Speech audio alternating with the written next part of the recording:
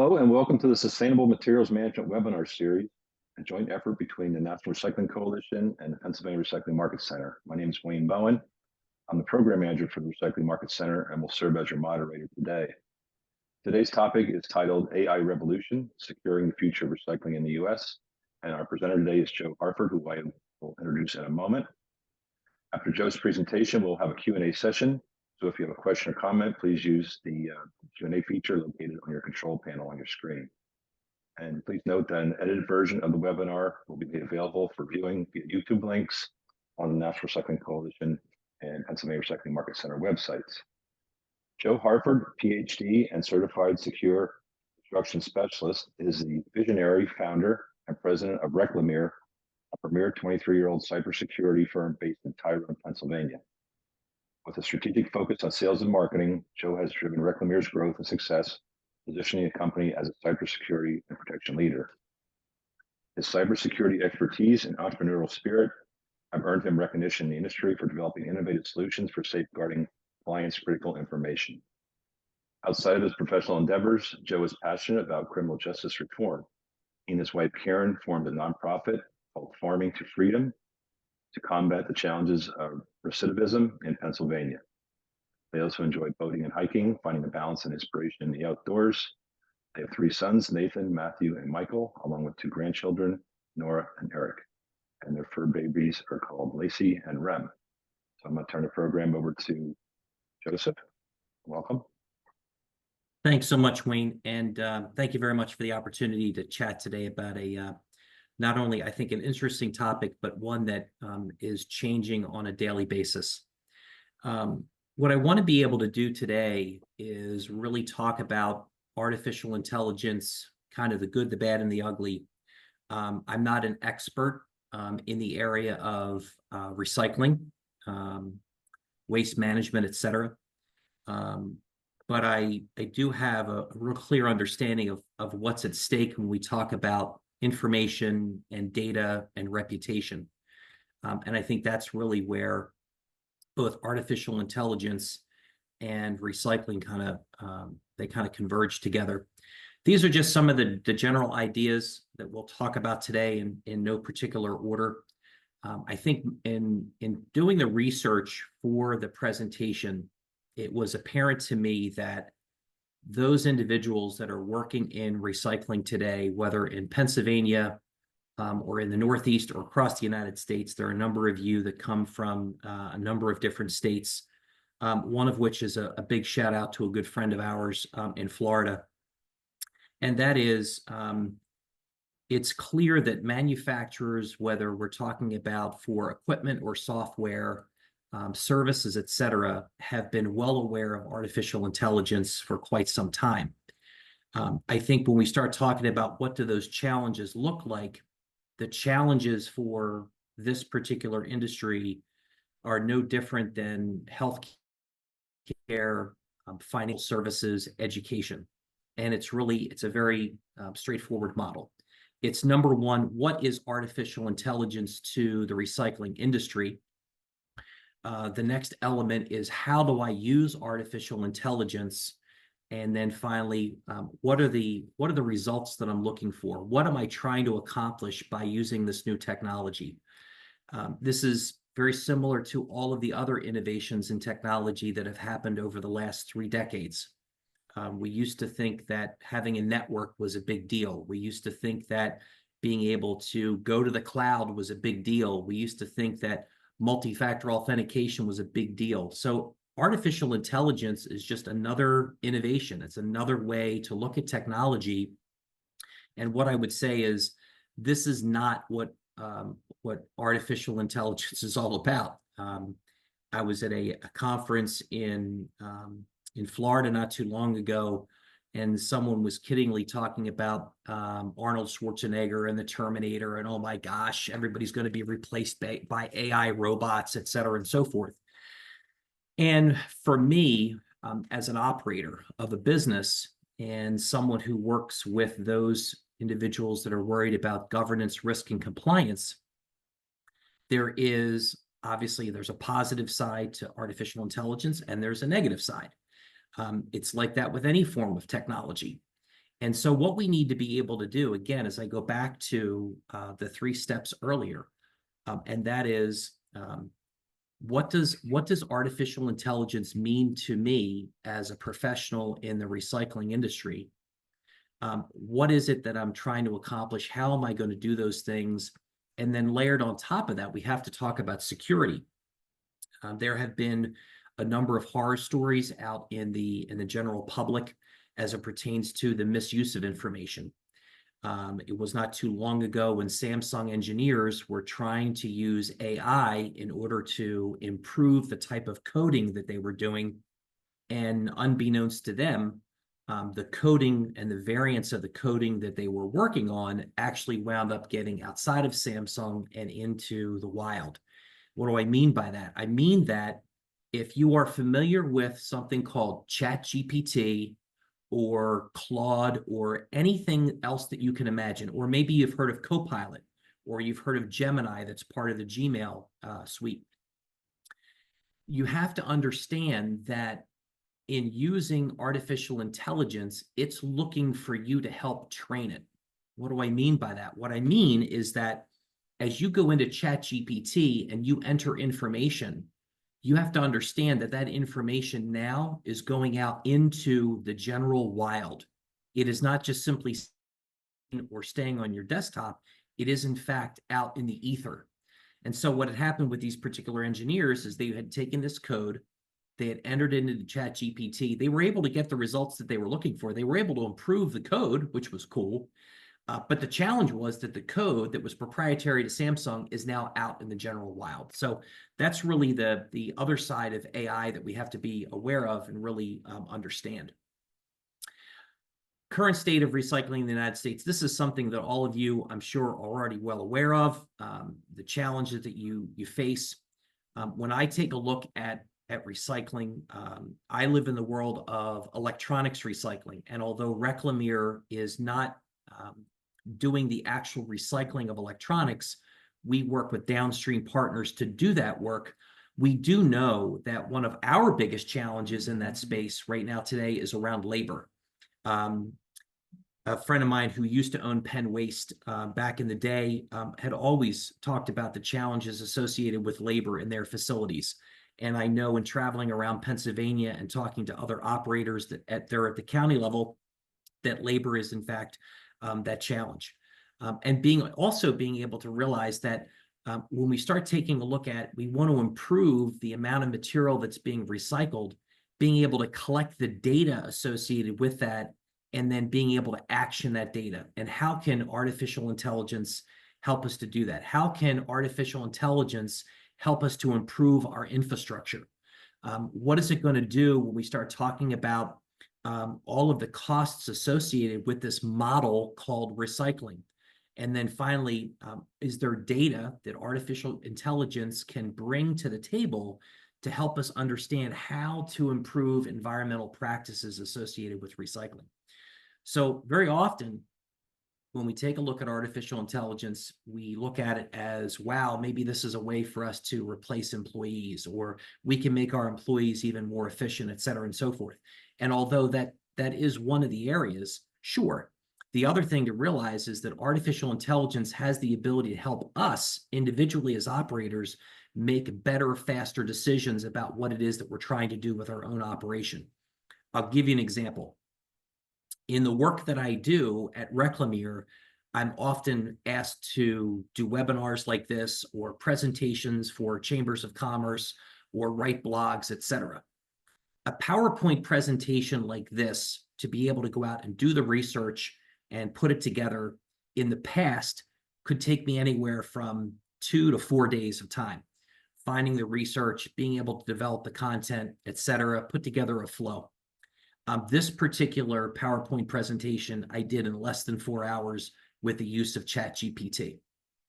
That's the change we're experiencing. Now understand that I also know from practice that I'm not going to take any information that's either proprietary to Reclamere or proprietary to any of the customers that we work with at the county level and use that information in ChatGPT, because like I said to you, it's going to wind up going out into the wild. So I'm really using it to be able to shorten that cycle of time for development, and that's the way that I use it. Some of the other ways that we use it is when we start talking about how are we going to deal with some of the security protocols for our customers? What does that look like for them? How can we improve their overall security operations? And as we get toward the latter part of the webinar, that's really what I want to try to focus in on. So I don't know if you're familiar with this most recent cyber attack against RMC. It's currently being investigated. Obviously, it's only a few days old. But one of the things that I would say, it's funny because prior to getting the webinar kicked off, we were talking about this amongst the three of us. And what we know to be true is that the attack vectors, the way in which individuals are getting into organizations, attacking organizations, et cetera, really hasn't changed and has not become more complex. What has changed and what has become more complex is that those attacks don't have fuzzy logos anymore. Those attacks don't have bad grammar and bad spelling. And in fact, they do a really great job in social engineering as well. So when we take a look at an organization like RMC, people may turn around and say, well, wait a second, hold on a minute, Joe. You mean to tell me that at the county level, and I live in Huntington County, Pennsylvania, so you mean to tell me at the county level, I got to worry about this whole cyber thing when I'm trying to do my job in recycling, or I got to worry about it in Delaware County, or I have to worry about it in state government? And the answer is yes. And again, you may turn around and say, well, why is that? Because it's not the idea or the act that you are a recycling professional. They don't, meaning the bad guys, the threat actors, don't care that RMC is a waste management company or a recycling company. What they care about is the data that RMC is responsible for collecting, storing, and transacting on a daily, weekly, and monthly basis. That's where the value is. So as we take a look at artificial intelligence and how are we going to use artificial intelligence, we have to understand that the information that our organizations are collecting today, what kind of information are we collecting about customers and vendors? What kind of information are we storing in our systems, whether it has to do with financial information? In some cases, I work with counties where they're responsible for managing their own HR. And so they're collecting information about employees, and that's housed on servers: name, social security number, date of birth, medical information, et cetera, and so forth. So when we take a look at this, we have to understand that it's not about who we are, it's about what we have. They don't care that RMC's in the trash business. They care that RMC's got information. I have no idea at this point in time how this will play itself out with RMC. What I can say is that in most cases, what we find is that upon investigation, someone within the organization received an email that looked somewhat legit. It could be associated with an invoice. Maybe it was associated with some PDF document that they were waiting for, et cetera, and so forth. They click on that, and then the attack begins to unfold. And so, you know, the free lesson of the day is making sure that all of our employees and our organizations today have up-to-date compliance awareness training.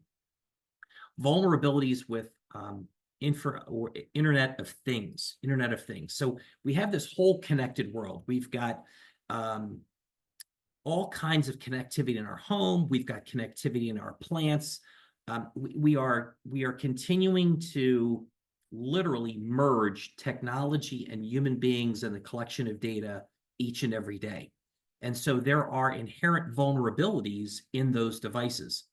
And so without understanding those, without being able to then go back to the manufacturer and get proof from them on how are they securing that particular device, by using that device, you put yourself at risk. What does that have to do with artificial intelligence? So threat actors use artificial intelligence to build attack sequences to be even better for Internet of Thing devices, something to consider. So I'm not saying that we shouldn't use this technology. I'm not saying that we shouldn't use these devices. What I am saying is that prior to those devices being used either in a commercial setting like RMC or in a county setting in a recycling facility, we have to be able to demand that those vendors that we're working with can demonstrate that those devices are in fact secure and safe to get plugged into our network.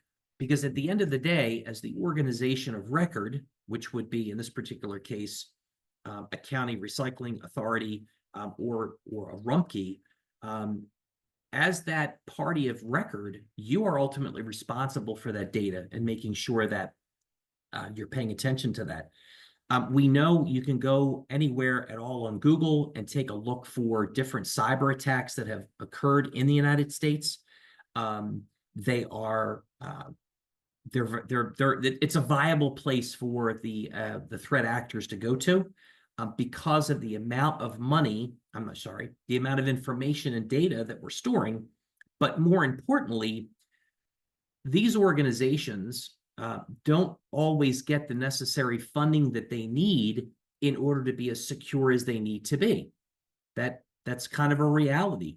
And so what we've got to be able to do at the county level or at the commercial level is really make sure that individuals understand the complexity of the data that they're managing, that they're responsible for, as well as realizing that cybersecurity is a necessary investment, no different than the investment that we make in employee safety, no different than we make an investment in our equipment, but really making sure that cybersecurity is part of that conversation. So Atlas Disposal, just an example of how an organization is using AI to kind of transform the way that they look at recycling itself. One of the major drivers for them is around predictive maintenance, being able to, rather than assume or kind of schedule or kind of understand when particular equipment needs to be out on a maintenance schedule, where we can build it from the very beginning, and based upon the information that we can, first of all, put into artificial intelligence and then draw information out, we can build those schedules to be much more predictive than we have in the past and a lot more reliable. Data-driven decision-making. It may seem like common sense that, of course, we have all this data and, we're only going to do certain things in certain ways, et cetera. But we have a number of different data points today than we've had in the past that are, in some cases, complex. I know as a business owner myself, running a business is different today than it was 24 years ago when we began. And so as we take a look at our own operation in how do we become more efficient with the team of people that we have, because either we can't grow that team because the talent isn't available, or quite frankly, maybe we can't afford that talent. And so how can we make better data-driven decisions, especially when it comes to the operation and what that looks like with our employees? To give you an idea of a process, how we look at steps, what do we do in order to make sense of this? And just so you know, I'm going to provide the presentation to Wayne and Scott so that if any of you want to reach back out to them and get it, you may. But I think it gives you kind of a somewhat of a flow chart of how do you use AI and what is it are you trying to do as it pertains to your own particular discipline within recycling. One of the number one areas when we talk to either county government or directly to county recycling organizations is that they do not have any real clear visibility into two areas. The first is vulnerability management. In other words, they don't have a clear understanding of their IT infrastructure, their information security, the information that they have within the network itself, and what do those vulnerabilities look like, whether it has to do with the antivirus that they're using, whether it has to do with patch management, whether it has to do with how do they manage email, how do they manage a business email compromise. There's no real clear understanding of what that looks like. And then finally, the other area that is really lacking is incident response. Because one of the things that I often say to people is, and what I mean by that is, When we take a look at a security incident or a data breach, what we're saying is that not every security incident necessarily will evolve into a data breach that may or may not become reportable. A security incident is, oh my gosh, I lost my phone, I lost my county issued laptop, I clicked on a link, et cetera, and so forth. That's an incident. It's not necessarily a data breach. And I bring that up because as more organizations are attempting to secure cyber liability insurance, it's really important that we get that language down clearly. And more importantly, that organizations at the county level, and even for some organizations that are on the call today at the commercial level, really get a clear understanding of what does their vulnerability look like, to get a snapshot in time of what we call your cyber posture. So what does it look like around access management, password, things such as security training? You would be maybe not shocked the number of individuals that still today have passwords that they're recycling by just simply adding a couple digits at the end, and or that have passwords written and they're on a sticky note and they're on a monitor or they're underneath their keyboard. And when we do office visits, that is something that we find on a regular basis when we do assessment work.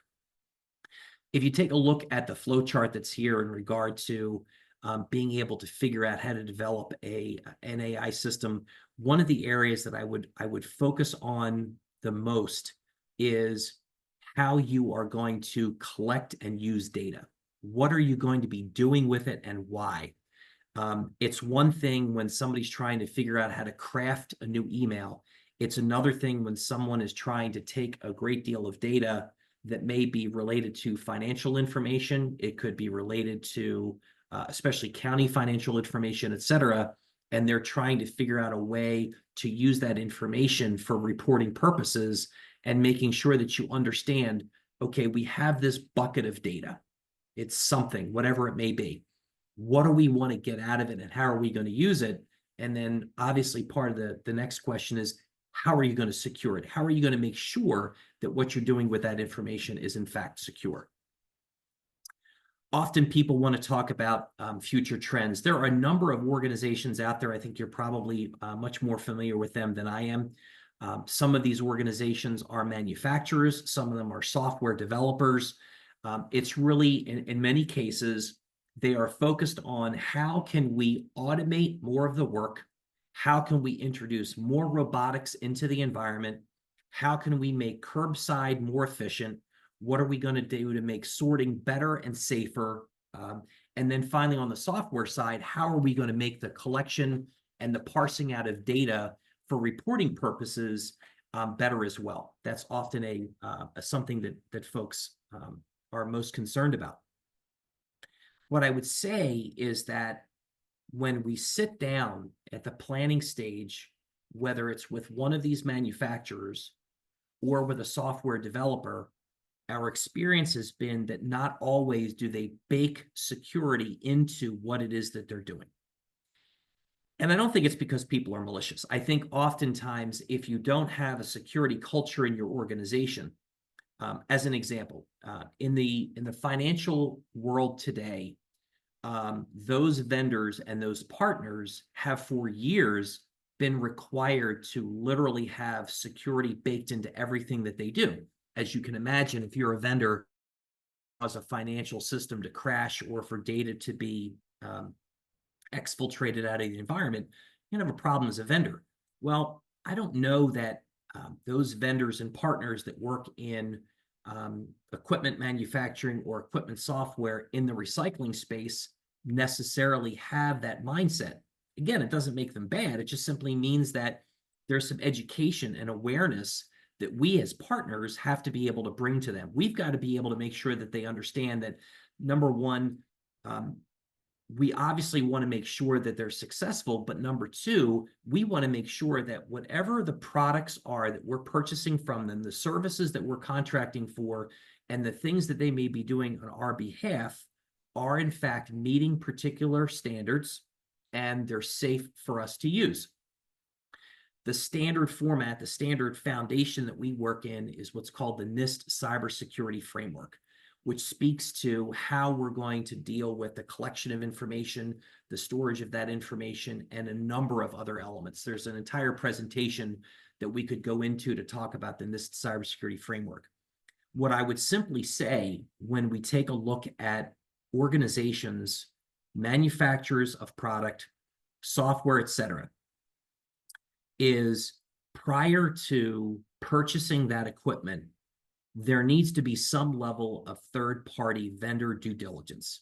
What do I mean by that? So let's say that County XYZ decides that they want to work with Reclamere for some service. Maybe it's electronics recycling, maybe it's electronics destruction, but we're going to be a vendor that you're going to be working with.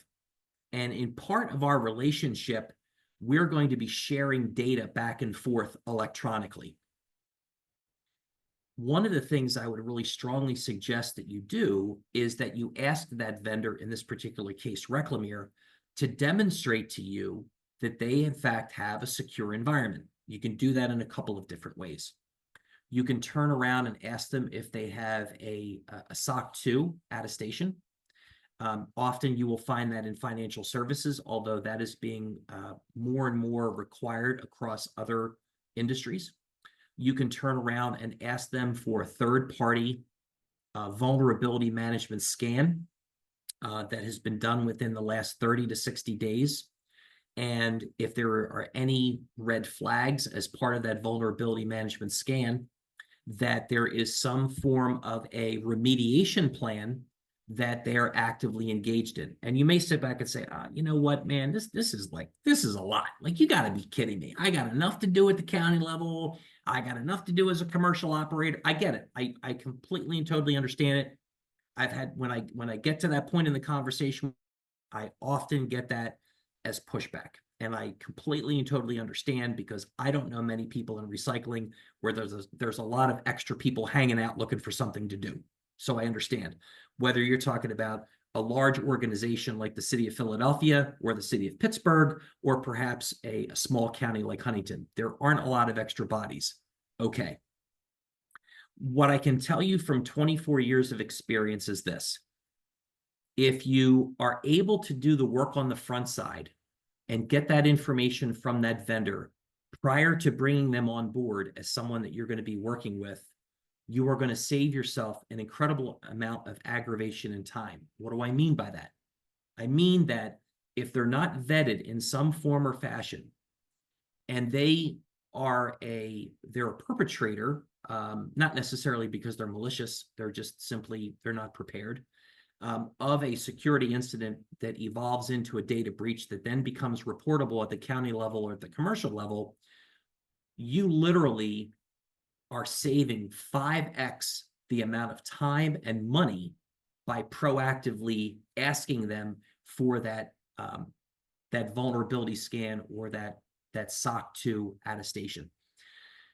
Back in the day, we remember the conversation about the breach at Target, and we know that that was perpetrated by a vendor that worked with Target. Not a bad vendor. They were not malicious, but they also weren't necessarily an expert in cybersecurity. And for all intent and purposes, they probably really didn't need to be. But unfortunately, their environment was compromised, and so therefore Target was compromised. So as we take a look at artificial intelligence, I think artificial intelligence does a number of things for us. It can, in fact, make us more efficient.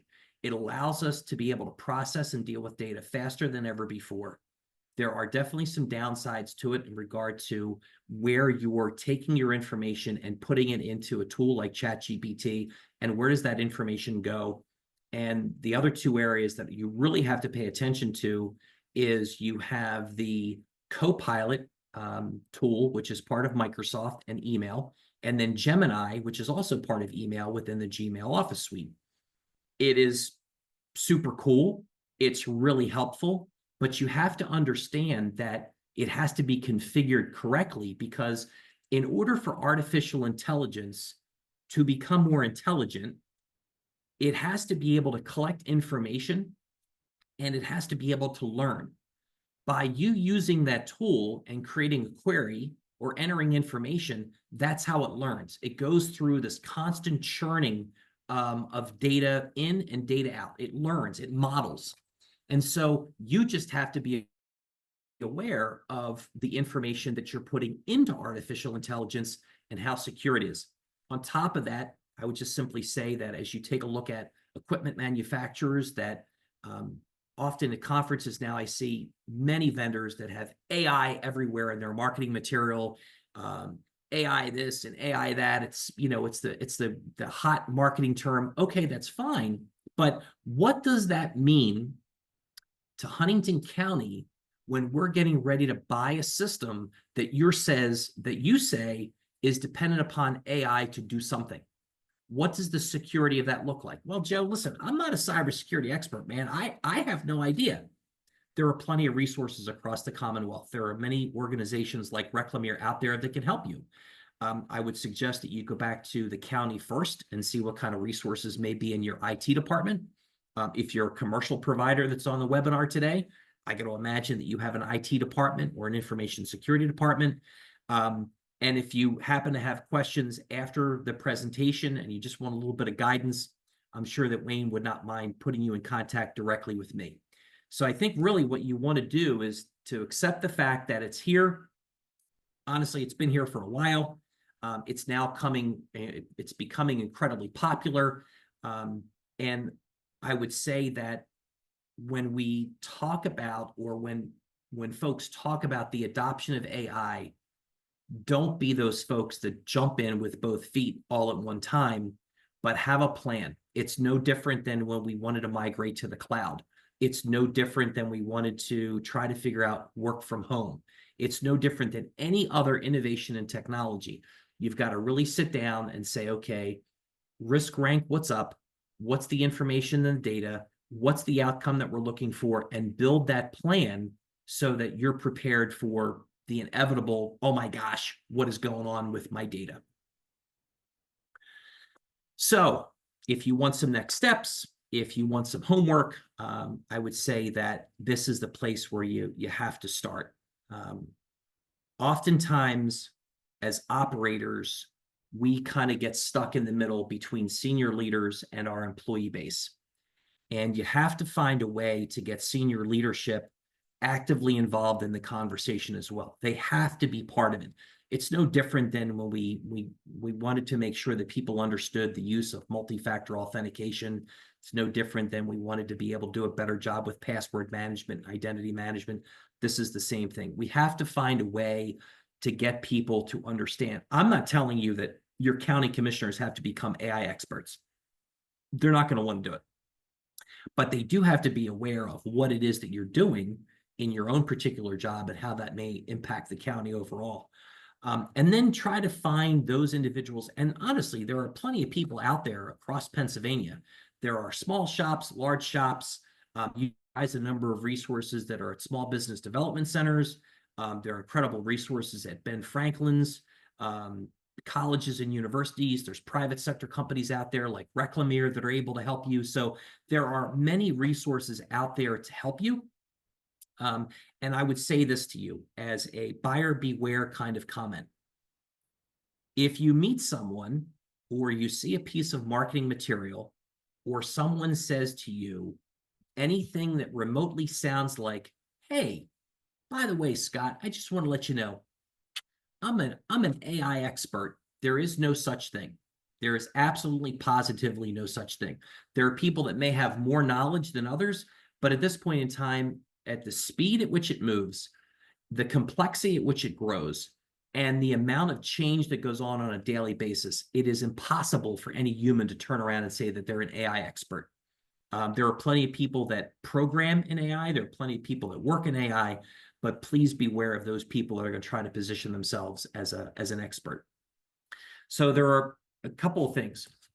So we've got, how are we going to decide to use AI in our environment today, if at all? Maybe people are going to sit back and say, listen, I don't want to deal with this in 24. Maybe I'll have that conversation in 25. Okay. How are you going to, if you decide to kind of jump over the curve, how are you going to make sure that the vendors that you're working with, manufacturers of products or service providers, if they're talking about using AI in your environment, okay, how are you going to use our data? And more importantly, how are you going to secure our data? Because ultimately, as the organization who becomes the organization of record with this information, you're ultimately responsible for the safety and the security of that information. And then finally, what do next steps look like? How do you individually become more aware and more knowledgeable about AI? How are you going to introduce it into your environment, whether it's in email, et cetera? But really being able to put together a plan and talk about how are we going to march through this in a way that is organized, it makes sense for our mission, we're able to understand the risk that vendors may or may not bring to our environment. And then, oh, by the way, if in fact we have jumped in and we feel comfortable and we're moving forward with this plan and everything seems to be going along okay, what do we do if in fact a security incident occurs as a result of artificial intelligence? What's our next step? What do we do? That incident response or that incident response plan is going to be crucial for you to make sure that you can minimize downtime and damage to the organization. So I have obviously just incredible amount of information. And I just want to pause and ask Wayne, I don't know if there are any questions or if people have gone to sleep or they have just said, oh my gosh, I'm completely and totally overwhelmed. This is crazy stuff.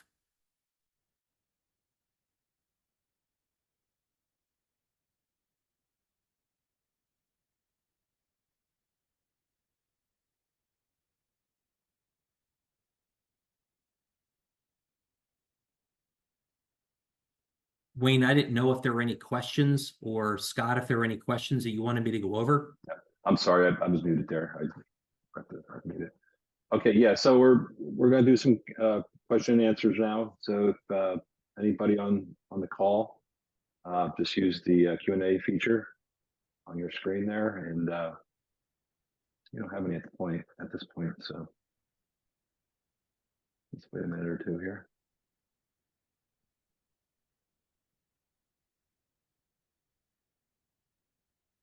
Okay.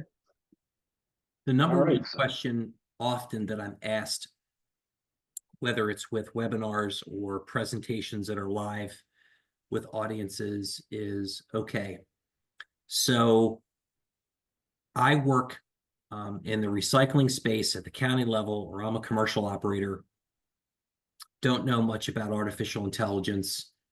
I don't really know what it means to my operation. Where am I supposed to get started?